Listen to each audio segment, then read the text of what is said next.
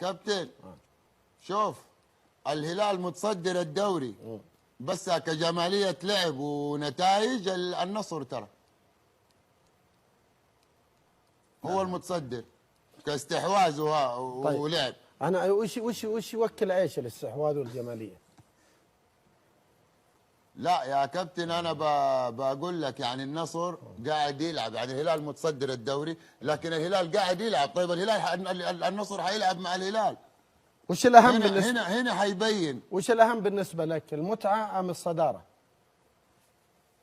كابتن هذه ما لها دخل دحين في كلامي.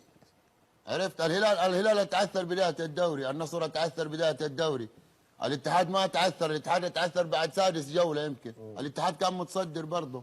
انت خل المتعه لك يا محمد فأنا نور، ما وعطني صداره.